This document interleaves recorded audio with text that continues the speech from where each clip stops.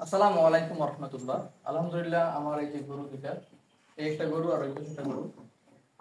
ষাঁড় গরুগুলোকে যখন আপনারা মোটাতাজা করার জন্য যে খাবার দাবার অথবা ভিটামিন যেগুলো করানো হয়, করানোর পর কিন্তু দেখা যায় আপনার উত্তেজিত হয়ে যায়। মানে যখন দানাদার খাদ্যগুলো খায় অথবা ভালো প্রোটিন যখন খাবার যখন পরে, তখন কিন্তু ষাঁড় গরুগুলো উত্তেজিত বেড়ে যায়। এবং উচিত হচ্ছে আপনার ষাঁড় গরুগুলোকে আপনার গাভী গরুর পাশ থেকে মানে সরিয়ে রাখা, মানে ষাঁড় গরুগুলোকে আলাদা রাখা, তাতে করে গাভী গরুর সংখ্যা থাকলে কিন্তু উত্তেজিত বাড়ে। তো যদি গাভী গরুর সাথে না থাকে তার মধ্যে এই জিনিসটা কিন্তু একটু কম হয়। তো এগুলো কিন্তু করার জন্য আপনার যদি কোনো ষাঁড় গরুর যদি উত্তেজনা যদি বেশি থাকে, তাহলে সেক্ষেত্রে কিন্তু সেই গরুটা কিন্তু গরুতে আসতে কিন্তু সময় লাগে বা গরুটা কিন্তু আসতে চায় না।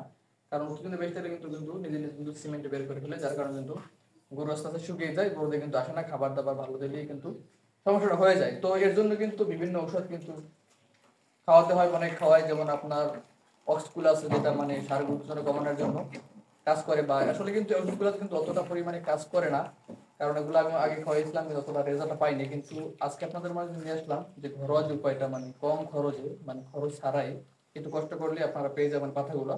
তো এগুলো যদি আপনারা নিয়মিত খাওয়ান অথবা সপ্তাহে 3-4 দিন, দেখা যাবে যে মোটামুটি এটা শরীরে ঠান্ডা থাকবে, নিয়ন্ত্রণ থাকে। তো আপনারা শুধু ওষুধের বিকল্প আপনি এটা ব্যবহার করতে পারেন, যদিও ওরকমের রেজাল্ট পাবেন না, তারপর আমি বলবো এগুলো খাওয়াই রাখলে কিছুটা হলেও আপনারা কিন্তু রেজাল্ট পাবেন।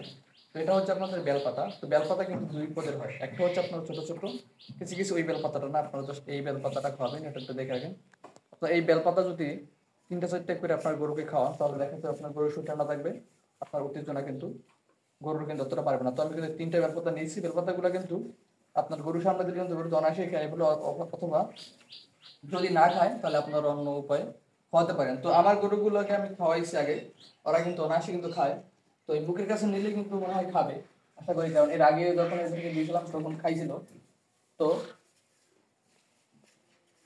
এই গরুটাতে খাইতেছে না, দেখে এই গরুটা কি করে, তারপরে কিন্তু এই গরুটা কিন্তু খাই ফেলাইতেছে, কিন্তু ও এখন খাইতেছে না, কারণ এর আগে ওরে খাওয়াইছিলাম, ও খাইছে, কিন্তু এখন আর ও খাইতেছে না, ও কিন্তু খাইতেছে। তো আপনার এখন মুখের কাছে নিয়ে কিন্তু এগুলা খাওয়াতে পারবে। তো যারা আমার ভিডিওগুলো নিয়মিত দেখেন তাদেরকে অসংখ্য ধন্যবাদ, এবং যারা ফেসবুক পেজ থেকে দেখছেন আর ফেসবুক পেজ থেকে ফলো করে রাখবেন, এবং যারা ফেসবুক থেকে দেখছেন তারা ফেসবুক পেজ থেকে ফলো করে রাখবেন, এবং যারা ইউটিউব থেকে দেখেন তারা অবশ্যই চ্যানেলটাকে সাবস্ক্রাইব করে রাখবেন, এবং সকলে আমাদের দোয়া করবেন আল্লাহ তাআলা যেন এই খামার ভিতরে বরকত দান করে।